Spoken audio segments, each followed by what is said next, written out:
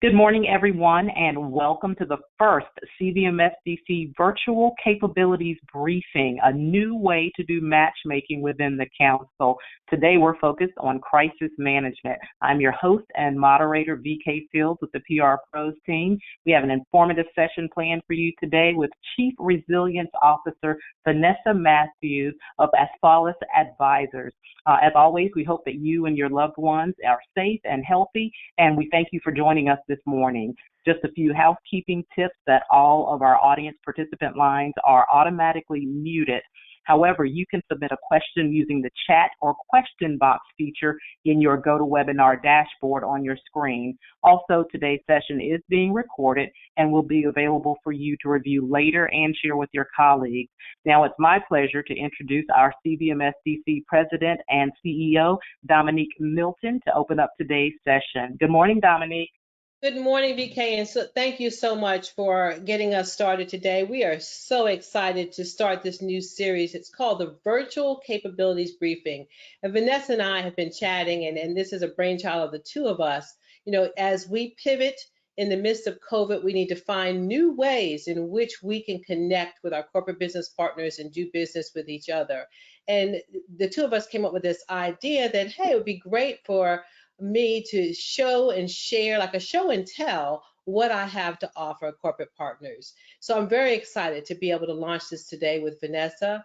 And before we get started and before I introduce her, I want to share with you our mission as a council. I never like to have an event where we don't explain what our mission is. So at CVMSDC, our mission is to expand business opportunities for minority business enterprises, MBEs, and create mutually beneficial links between corporate partners and MBEs. The ultimate outcome is to add economic value to the supply chain while increasing economic opportunities in the business community. We are a network of 23 councils across the United States, and our network covers the Carolinas, Virginia, that's North Carolina, South Carolina, and Virginia. So the way in which we accomplish our mission is through 4 pillars.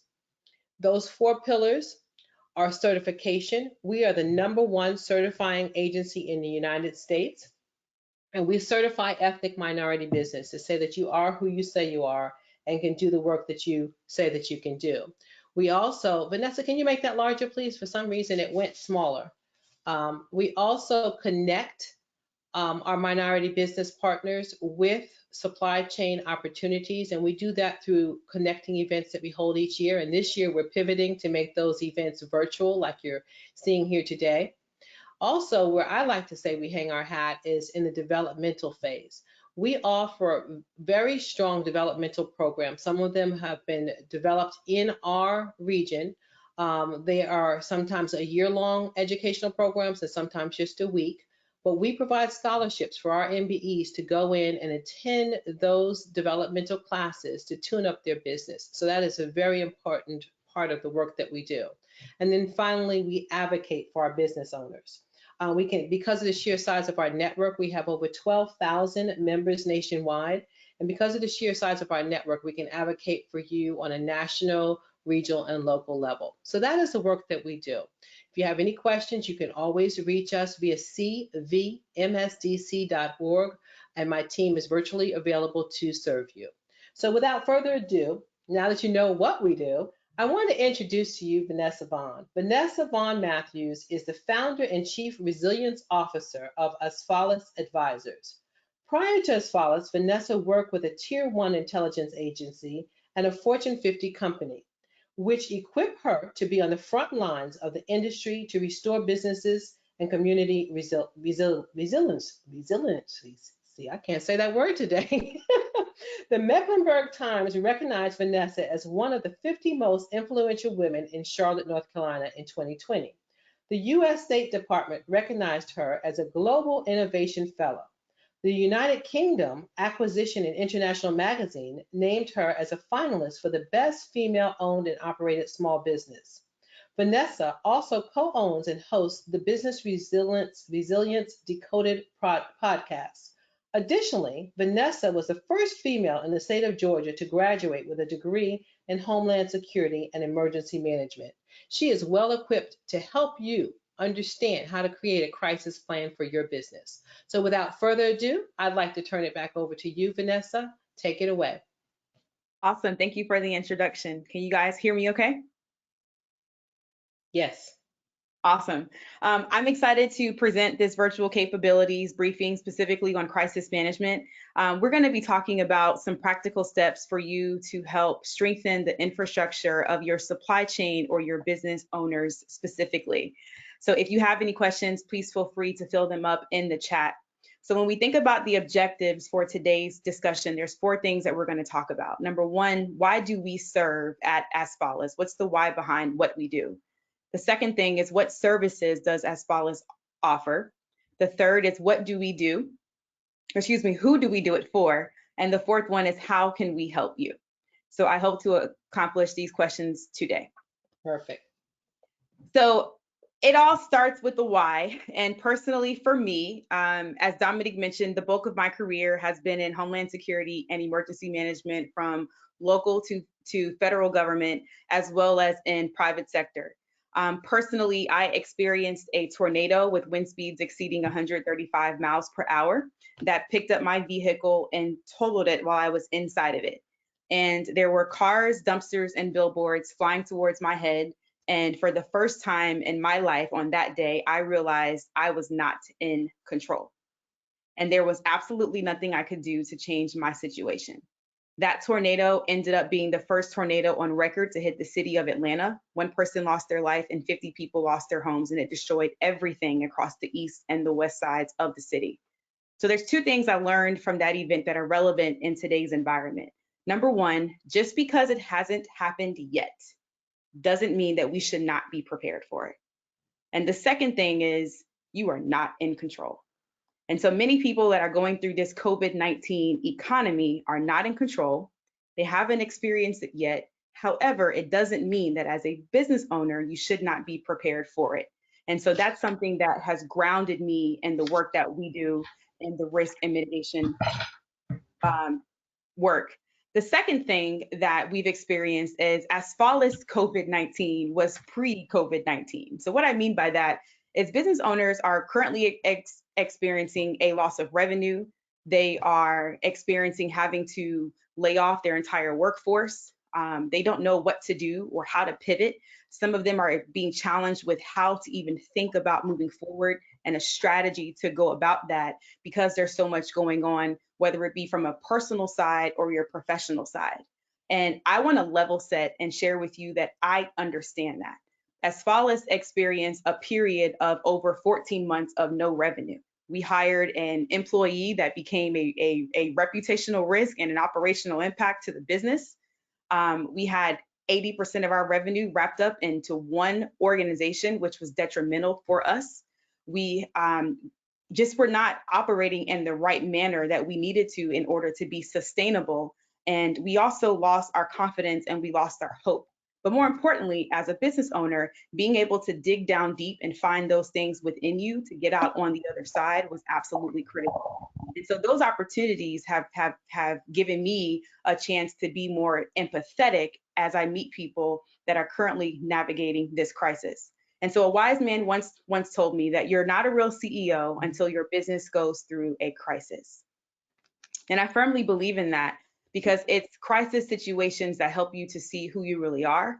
And it's crisis situations that help you to identify how you will step up and lead through crisis. So that's a little bit about my personal why. As Follows Advisors is the Greek word for safe, secure, and sure. And As Follows is a risk mitigation and crisis preparedness training and coaching company. And so what that means is we partner with forward-thinking organizations to help them identify known and unknown threats around their people, operations, infrastructure, and their technology. So why do we serve? Well, number 1, we believe that we support the legacy of leaders globally through the concept of resilience. And I'll talk more about that. And what I mean by the legacy, so we believe that every leader wants to leave a legacy, whether your legacy is to your children or your grandchildren, or you're the first CEO and you want to leave a legacy behind for the second CEO or those who may come after you. What are you leaving behind as a leader? What is your mark going to be where you are serving? And so we believe that the work we do in risk mitigation, crisis management, and business continuity all protect the legacy that you are trying to leave. And so when I talk about resilience, what that means is most organizations have a risk management department, and they have a crisis management team or a crisis communication structure, or even a cybersecurity team.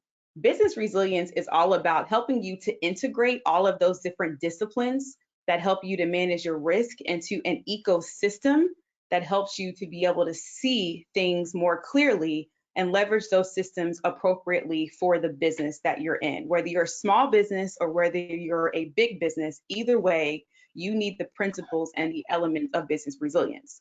So our brand promise from that perspective is that we do not deliver plans that sit on a shelf and collect dust. I talk with people all the time that have a phone book plan. It's 80 pages, 1,000 pages of all these documents that they've accumulated, which there's great data in that documentation. However, when it comes to you truly using that as a decision-making tool to drive the business forward in times of disruption, those approaches have shown to not be effective. And so we really take that into heart in everything that we do. It ties back to this cannot be a plan that will sit on the shelf and collect dust. And more importantly, we measure that. Our core values, we're about trust and integrity. From a crisis management perspective, everything we do happens at the executive level. And so we directly work with chief operating officers, chief financial officers, and general counsels. And more importantly, the work is executed across different levels of the organization. And so it's important to establish trust and also to have integrity in everything that we do. We always believe in being a student. If I'm the smartest person in the room, I'm in the wrong room. We understand that we partner with our clients. You're an expert in your business. I am not. I'm an expert in risk and crisis management. And when we do that partnership together, everything works well. Number 3, we're about being intentional. And number 4, being hopeful heroes. Crisis situations are chaotic and stressful. We bring calm to crisis, and people really appreciate that aspect and being able to provide hope. So when we talk about our differentiators, there's a few things that set us apart from other organizations that do some of the similar type of work that we do in this industry. Number 1, we have about 50 plus years of experience combined of government and private sector leadership to help you drive decisions. And that's important because not every company operating in risk, crisis, and continuity have specifically worked in government and private sector. The way that those organizations work are very different. The language that they speak is very different. And being able to have a team that understands how to speak the language is absolutely critical. The second thing is we align everything back to a metric to show growth. Everything we do ties back to international standards and a maturity model so you can measure success, and we can physically show you how you are achieving recoverability, which is the whole point of why we exist. Number 3 is to help you create, or we help you to create a safe environment for your team to address gaps. And those are things that our clients have shared with us about the approach and how we go about facilitating those discussions.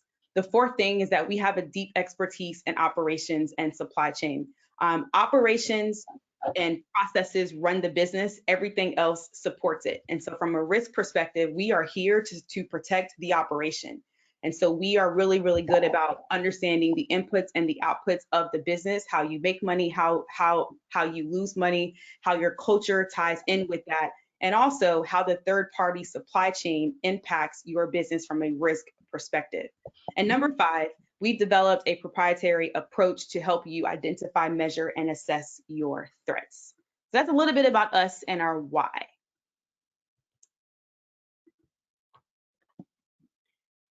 So we've had an opportunity to work with a number of clients from healthcare to technology, transportation, logistics, sports and entertainment, retail, property management, higher education, nonprofit, a number of different groups. Some of our clients have come to us because they've experienced cyber breaches that have disrupted their organization. Some have led them to class action lawsuits. Some organizations had requirements from their customers where they had an expectation to have the infrastructure of proper risk management protocols, proper crisis management playbooks and systems in place as well as business continuity programs to help them continue to move the business forward in a long-term disrupted environment, similar to a COVID-19 or a hurricane or a power outage, things that disrupt an organization for the long term. So we do work across 4 main areas: training, coaching, advisory, and consulting. Some of our clients, we're doing maturity assessments to help them see where they are and help them measure success and where they're growing into their programs. For some clients, we are helping them at an advisory level. A lot of that has been executed, especially during COVID-19 and prior to, and so we're providing counsel and leadership from a crisis perspective to help them navigate this environment and to help them think through some of the strategies from a risk management standpoint. Some of our clients, we do training and advisory work. So I'm a big proponent that we can help you write a plan, but words are words on paper. Words don't move, people do. And so our job is to really help equip leaders to execute in times of crisis. So there's a number of different things that we do. Additionally, I serve as a public speaker, and on behalf of the organization, we have a number of companies that also hire us for thought leadership and public speaking. So today, we are specifically here to talk about not so much of how we can come in and do this for your departments per se, but more so about the supply chain and the business owners that your company serve or that you partner with. And so how this came about was about 4 to 6 weeks ago, we were getting a lot of phone calls about business owners who were disrupted by the pandemic. And those phone calls were coming in from education organizations, economic development groups, enterprise clients, and local government. And they said, hey, you know, Paycheck Protection Program, EIDL grants, loans, those things are great, and cash helps to solve a lot of problems. But more importantly, I need my business owners and my supply chain to have the proper infrastructure. So whether it's another pandemic, whether it's a cybersecurity breach, whether it's the loss of a key employee or something else that I haven't thought about yet, I need them to have the proper tools in place to be able to be sustainable, because I depend on them to support the operation. And so with that, we started to think about, you know, well, why don't small businesses do that? And what's the challenge? And so what we came up with is that implementing these types of programs, you know, when we talk about risk management, crisis management, you know, business continuity and cybersecurity can appear to be complex, time consuming, and unnecessary. If I'm a team of one, I don't have time. And so we know that identifying and measuring your threats, understanding what your constraints are, and having indicators to help you measure risk to your business will help you keep your doors open. And without that, they will close. So no matter what size business you have, it is absolutely critical for you to have these systems in place and also help you to mature as a business owner.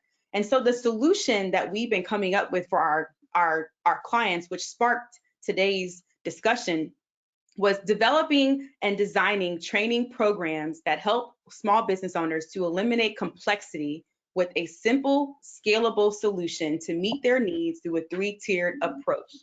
And so what that means is we're helping small business owners to crawl, to walk, and to run, all as it relates to business resilience and building their infrastructure. And our training ties back to industry standards from an international level, as well as maturity models, so that you always know my business owners are at a maturity level 1, 2, or 3. And in level 1, here is what they are learning. And here are the ways that I can measure that those business owners are actually able to recover their business and survive through disruption. The second thing that came up was, great, I can train them and I can teach them, but knowledge does not change behavior, right? You can learn whatever you want to learn, but that doesn't mean that you're going to physically change. And so how do we then help them to implement and execute what we're teaching them and what we are training them? And so many business owners don't know where to start as it relates to integrating this into their company. That's similar to a marketing plan. You pay somebody to write a marketing plan, but then what do I do with the plan once you're done? How do I implement it and how do I execute it? And so they run into roadblocks and they're unsure if what they're doing is actually aligning back to the industry standards and to the guidelines that have been set out for them to think through. And so from that perspective, we also provide coaching. And our goal is to help build effective crisis leaders by helping you to be aware, actionable, and accountable to handle those disruptions. And so we have a coaching program that also follows a 3-tiered approach and also ties back to the industry standards as well as to the maturity models. So that way, over time, your business owners are coming out with greater awareness, but more importantly, accountability, and they're implementing and executing these measures within the business, and you can start to see some of that change. And so what that has translated into that we'd like to share with you today are there's 3 case studies that I'll share pretty quickly. One of our clients is an economic development organization with about 50 employees, about 11 million plus in revenue and 700 plus customers. And the challenge that they faced as soon as COVID-19 happened was only 50% of their small businesses had enough cash flow for their expenses for 30 days, just 50%. And they depend on these companies for a significant portion of their revenue. And so they also did not have the resources to help their small businesses to recover from disaster, and they were underdeveloped in their programming. So they came to us and said, hey, can you help us to design and develop a crisis response training program to meet them with their immediate needs right now? They're in crisis now. Give me a plan, give me a strategy. How do we help them to navigate so they can actually solve for these challenges? And so what we did is we provided an actionable next steps through our training to help them mitigate business closures, because that was the first thing, is how do we stop the bleeding, right? But then secondly, we also gave those business owners the confidence and the clarity to how to drive decisions. And that initial starting point with this group has transitioned into more opportunities with those business owners to not only learn about risk and crisis management, but other aspects of their business where they need to further develop that infrastructure. And so we were able to be a key part of the foundation of how they're going to start serving that small business community now and into the future. The second organization that we partnered with is a government agency. They are local. They have about 2.5 billion in revenue and about 800,000 customers that they serve. And so what they were faced with is they had limited resources of revenue, and then they were disrupted because of the decline of small businesses in their community as COVID-19 has transpired for the past 6 to 8 weeks now. And so they have about 93% of their revenue or of their community is made up of small businesses. Of that 93%, those small businesses account for 40% of jobs. Well, this particular government agency is funded by a couple of ways. One is property tax and one is sales tax. Well, they make money when small business owners make money. And if small business owners don't make money, they don't make money. And that accounts for 40% of their revenue. That's a huge chunk of their change that they're not able to fulfill. Secondly, this COVID-19 impact to the business community has reduced the competitive edge as an attractive market for business relocation. This organization heavily recruits international companies into their city. And so they've not been able to do that during this transition. And so they asked us to come in and help them to design and develop, but more importantly, help the business owners to implement and execute specific COVID-19 resiliency training and coaching to support the ecosystem of their small businesses. And so the impact that created was we have been able to help them bring in revenue for economic stability. If the business owners are stable and doing more than just applying for grants and funding, it has a ripple effect on being more sustainable for the economy as a whole. And the second thing that we were able to help them do was to utilize training and coaching to attract and recruit global businesses. They have a few key small businesses or big businesses that started as a small business and now they're global companies. And so their motto is every business starts as a small business and then you grow to a global business. So how do we make sure that we're advertising this training and this coaching so that other companies know that we're a community that also supports and serves these small businesses? So now they've used this program as a marketing tool. And we're helping their small businesses through ongoing coaching. And the third one that I'll share is an information technology company. They are a global business, over Fortune 50 company, and they came to us with a slightly different request. There was more focus on the employees. So their employees were having challenges with morale, and it was declining and impacting the work output and the outcomes. Secondly, most companies like mine and as follows are hired to cause disruption when we want to test and train and exercise leadership. Well, what's great about COVID-19 is you don't have to pay any of us to cause the disruption. The pandemic has caused that for you.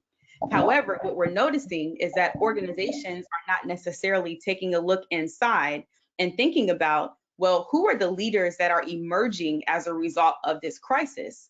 And then number two, how are we leveraging this opportunity to accelerate the growth of leadership development within the organization? And so this employee group reached out to us and asked us to help them with that. So the solution was for us to design and develop a crisis management or crisis leadership training for their workforce at multiple levels of the organization. And we ended up giving them a toolkit that they can use to help them grow leadership in times of crisis and be more mindful on how to physically do that.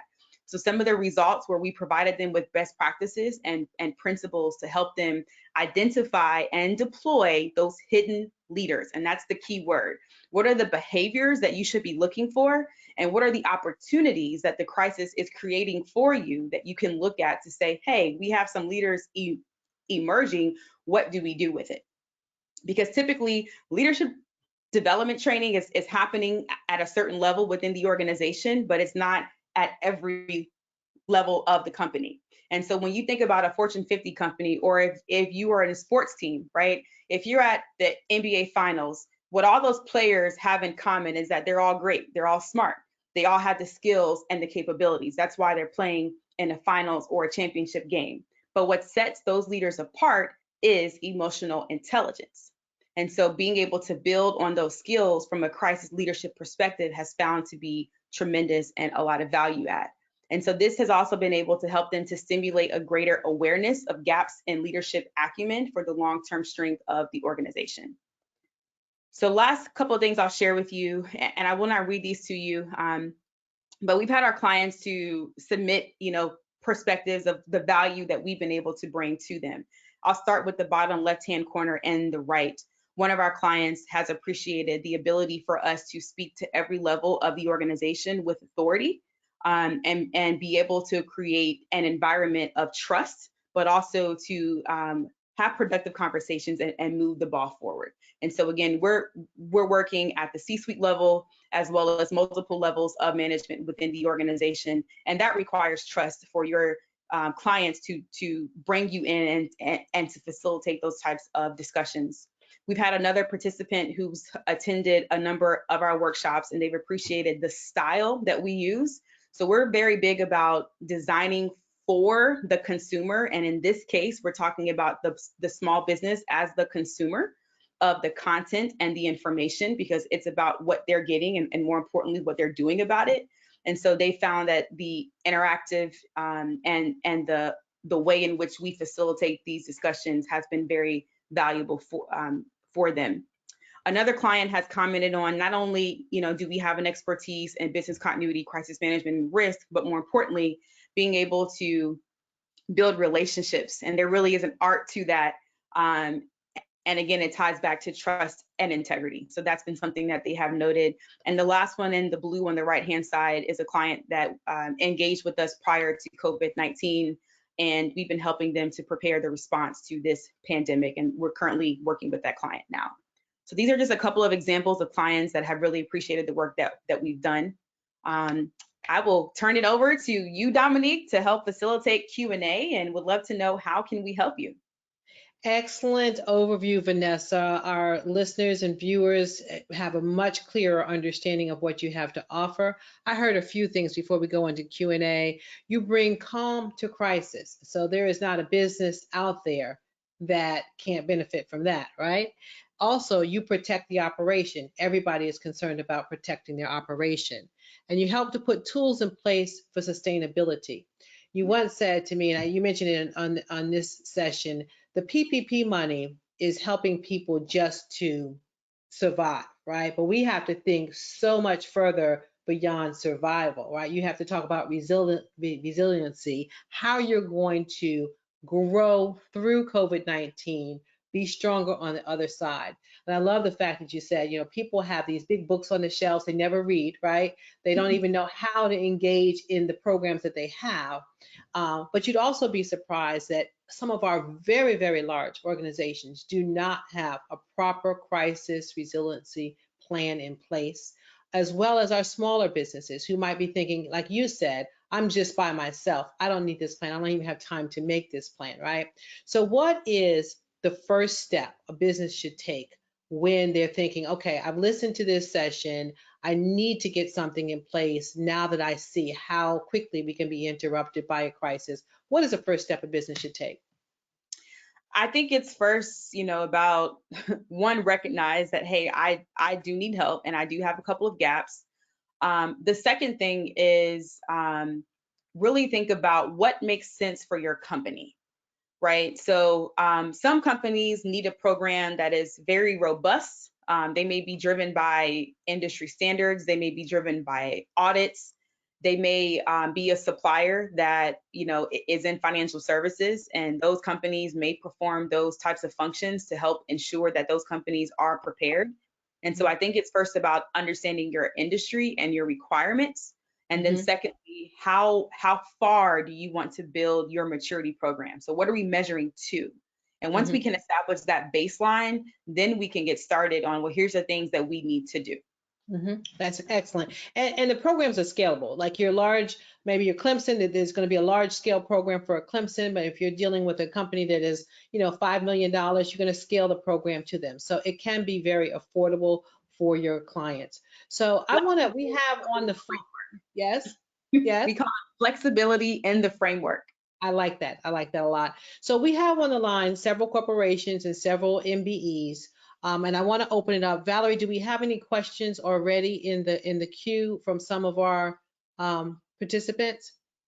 Yes, we do. And just as a reminder to those who might have questions, you can use the chat and question box feature in your GoToWebinar dashboard, and we'll get to as many questions as we can. The first one is, as we begin to go through this stage of mitigation, how should businesses begin to focus on recovery efforts? Yeah, that's a really, really good question. And so thinking about mitigation and recovery, right? So I was talking to a business owner yesterday, and he he mentioned, I have 3 priorities right now. I need to collect payments that are owed to me. I need to get my team aligned because we're not currently aligned in how we should be operating. And he said, and those are the top 2 things that I care about right now. But long-term view, I'm thinking about what do we need to do to pivot the organization? And so what I shared with him is those things are absolutely critical and important. And as we think about that long-term strategy, what COVID-19 has introduced is we're all accustomed that change happens every day, but the rate at which change is happening has significantly accelerated as a result of this pandemic. And so now we're having them to think about, well, how does hurricane season impact you, especially if you have a national footprint? What about the employees? What happens if your management team comes down with COVID-19? Who are some key employees within the business that you can't afford to take that hit? What are some of the things that you had to accelerate 4 to 6 weeks ago that now you need to think about, well, if I have to close down the business again, how does that impact us? And then how does that change the long-term view that we have of the company? And so I think the first thing is to answer the question is about reassessing what your risks are. This is a new environment. And so even working from home, there's risk to that. My husband works in financial services. What's the risk for him being at home with all the data that he has access to on our systems? And so understanding what your risks are and how they have changed in this environment, I think is a key step. I'm a big proponent that if you can't see it, you can't solve for it. And so the first thing is you want to be able to see what are the risks that we're facing, whether it's operational risk, strategic risks, reputational risks, financial risks, compliance risks. What are those things that you're not paying attention to? Mike Tyson has a quote, Everybody has a plan until they get punched in the mouth. Well, how do you pay attention to what those risks are so you don't get punched in the mouth? Yeah, excellent. Valerie, any more? Yes, thank you. The follow-up question to some of the things that you were just sharing, Vanessa, can you please provide additional information and define the term risk management and the process of risk management? Yes. So risk management is essentially a mechanism to help you manage threats to the business. And a threat can be something good and it can be something bad. Risk creates opportunity and it creates hazard. The process for how you do that at a very high level is, first you need to identify. So again, if you can't see it, you can't solve for it. The second thing is you need to measure it. What is this risk costing me? Whether it's a qualitative or a quantitative data that you can pull, what's it costing me? And then the third thing is, how are you managing it? So once you identify what the risks are, once you have a measurement that's in place, what are you going to do about it? How long is it going to sit there? And those are the top three things that you need to have in place from a risk perspective. What we've developed from a proprietary standpoint are what we call the lines of defense. And this is not something new to the risk management space, but just like your home has a front door, a back door, an alarm system, a lock, a dog. I have a husband, I have guns. So I have indicators in my home that help me to understand how safe and secure my home is. If my alarm system goes off, that tells me something's wrong and I need to protect my family. Well, you need those same indicators in your business. What is your front door for your business? What's your front door, or excuse me, what's your alarm system? What are those indicators that you have in place to help you know something's wrong and I need to be able to fix this and establish a threshold to move forward? And so those are things that typically organizations don't have those in place, and that's how you get caught off guard. So for example, one of our clients is reopening in a specific county, and they asked me to do some research on liability risk. Well, what I found was with the specific county that their business is in, they are required to go through reopening procedures, and they have the potential to experience an audit from the county health department. And if they don't have specific requirements in place, they will shut them down and potentially close the business. And some of these companies cannot afford to restart twice. And so that's a prime example of how are you paying attention to what's changing and what's happening in the environment. And then more importantly, you know that it's a risk, you've measured the impact, now what are you going to do about it? And who is it assigned to? I love that analogy of the house because, we had our front door covered, right? But we didn't think about some of the side doors and some of the windows. And so if you might think you have a plan in place that helps you to survive, but, if the wind blows another door open, how are you going to quickly close that? Or how are you going to cover that gap that you have? So I love that analogy. And we all need to be taking that into consideration. Thank you, Vanessa. VK? We have one final question, and it's COVID-19 seems to have created a threat to every aspect of business. How often should a crisis management plan be updated and tested in this new normal? That is a great question. So the first thing I'll say is, at a minimum, depending on the size of your company, on an annual basis, you need to revisit the plan. So for example, I have a strategic plan for my business. I know where we're going in the next 10 to 20 years, and I know my plan for the next 3 years, 1 year, 90 days, 30 days, 2 weeks, 1 week. I look at my strategic plan probably once a month. That's just me, because I want to measure the progress and where we're going. I'm also a big proponent of what gets measured gets done. So I have a dashboard to help me measure the strategies that we put in place and how we're defining what those metrics look like. The same thing works for risk mitigation and resilience. You need to have a clear view of how you're going to navigate, because this is a big crisis. This is a pandemic. My risk was I didn't expect the whole world to be in the same crisis at the same time. But you can have other things in your business that are not as dramatic that can cause you a problem.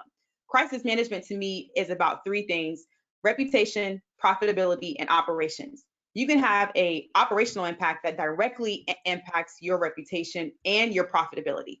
You can have a reputational impact that may not cause a disruption to your operation. And so you need to be able to know what those things are, and again, how they can materialize to the business.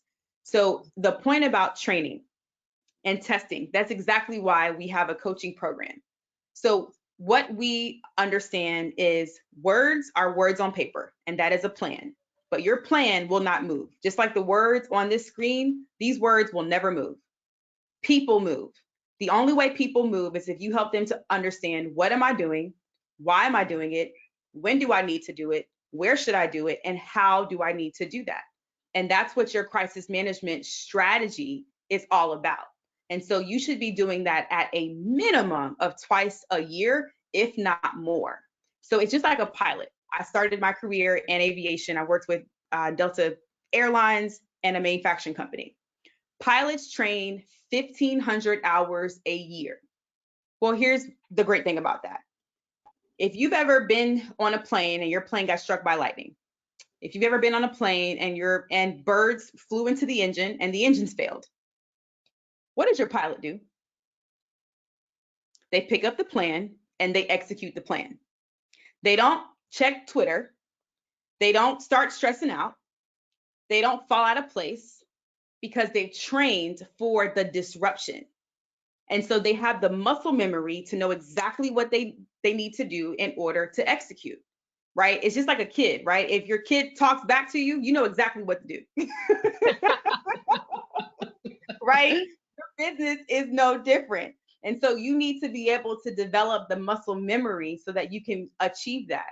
What I hope that business owners now understand is that you are not exempt from crisis. I don't care who your business is, you are susceptible to a crisis. It is your responsibility as a business owner, as an employer, to make sure you have the proper things in place, because your decisions impact somebody's college tuition. So it's absolutely critical that you hold yourselves accountable and you keep these things in place. And I get it. I'm a business owner too. I hate marketing. I absolutely hate it, but I have to do it. If I don't market, we won't grow, right? And so we too have to have risk, crisis, and continuity programs in our own company. But that's also a part of being a business owner and what we signed up for. And so if you want to protect the legacy, going back to the beginning, if you want to protect the legacy that you've been building, this is the way for you to do that. So Vanessa, how important is it? Because I see this whole thing as a paradigm shift, right? You're constantly having to shift your mindset as you're going through a crisis. But how important is it when you're putting together your plan to benchmark with other industries? Because I see it as if we constantly look in our own industry, we're going to do the same things, right? But if we look to other industries, we're going to get fresh new ideas to see what they're doing. How important is that when you sit down to put a crisis plan together? How do you do that? You look across industries? Absolutely. We call that suffering from groupthink. When everybody's in the room and Yeah. you're the same group of people, that's suffering from groupthink and not thinking about other industries. One of our clients that asked us to do one of these trainings, said, can you bring back to us benchmarking data? Because this now informs us of how we can better serve clients through the work that we do in our business. And so we have access to a lot of benchmarking data across industry, whether it is your revenue size or the location, in terms of how scalable those programs are, what the focus is, who typically will own that type of work, as well as what your what your clients are requesting of you. So one of our clients, they're a transportation and logistics company. Their clients are the Googles of the world and some of these big, large brands, but they have requirements for what they expect you to have in place to do business. And so we've also seen that that clients and government agencies and enterprises are changing their requirements from a procurement perspective. And so my mom always says, don't give them a reason to tell you no. If you want me to have a degree, I'll get a degree. If you want me to be certified, I'll get certified, right? Don't let this be another roadblock for you not to be prepared. And I think what people have to realize is, yes, it can seem and appear to be daunting, but that's exactly why we've taken the time to simplify the approach. When I look at the things that are on Google about how to build a crisis plan and how to build a continuity plan, it's not in a way for you to execute it. And so working with an expert like ourselves who come from those different backgrounds and who've seen the gamut of how these types of systems are designed, and coupled with the fact that we're business owners too, Right. helps us to really meet you where you are. Awesome. We call it diversification of thought, diversification of people in the room, and that's the business that we're in, making sure that your suppliers are diverse and you have different options available to you as you plan through and you build your plan. What we have seen from our standpoint is that our smaller, diverse suppliers have been very nimble and been able to address the needs of our larger corporations much quicker than some of their larger suppliers. And so it's so important when you put your plan together to make sure that you include diversification of thought as well as suppliers. So thank you so much for your time today, Vanessa. I am excited that we're going to be utilizing you with our crisis plan at the council. We are hiring Vanessa to work on a workshop in our next big virtual conference that will be coming up, and she will be doing, is it a 2-hour workshop or a 1.5-hour workshop, I think you said, that you'll be doing to help people create and understand how to develop a crisis plan. Vanessa is available to you. The information is on the screen if you need to reach out to her to create your own plan. Again, this is our first of many virtual briefings, and we are filling up fast. Anybody can sign up that's certified with the council. We're already booked through August, but I encourage folks to sign up so that we can start to have matchmaking sessions in this different format. I thank you for your time, Vanessa. Thank you, VK. And thank you all of our listeners for joining us today. I hope your families are well and safe. And we do appreciate you joining us. Please always, always visit CVMSDC.org to view our calendar on a weekly basis, and you can sign up for ongoing events that we have. Thank you so much and have a great rest of your week. I'm giving them everybody back 15 minutes. All right. Thank you so much. VK? Yes. You want to take us on out?